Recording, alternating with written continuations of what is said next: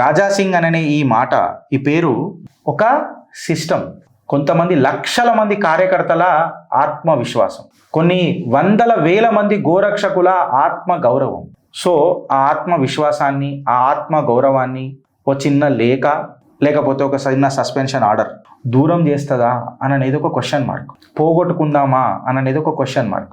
ఇంకొక విషయం మనం అందరం గుర్తుపెట్టుకోవాల్సింది ఏంటంటే, రాజకీయాలలో కుట్రలు, కుతంత్రాలు, ఎత్తుగడలు అన్నీ ఉంటాయి. ఏ రాజకీయ పార్టీలో సుఖమైన సౌమిని, సాంప్రదాయని, సుపిని అని ఏముండయి. ఫ్యాక్ట్ ఏందనంటే, ఎవరు గెలవనప్పుడు రాజాసింగ్ గెలిచిండు.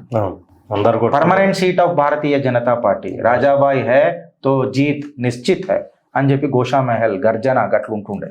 ఎంత ప్రత్యర్థులు అందరు కలిపి ఓడగొడదామని చూసినా మళ్ళా జై శ్రీరామ్ అనే ఒక మాట గోషా మహల్సే అందరికి వినిపిస్తుంది. ఇప్పటికీ రాజాసింగ్ బీజేపీలు ఉన్నాడా లేదా అనే దానికంటే శ్రీరామ్ నవమి యాత్ర కదా, ఏ హిందూ బంధువు కూడా మర్చిపోడు. And it is party affiliation లేకుండా కేవలం ధర్మబద్ధంగా నడుస్తుంది ఆ యాత్ర.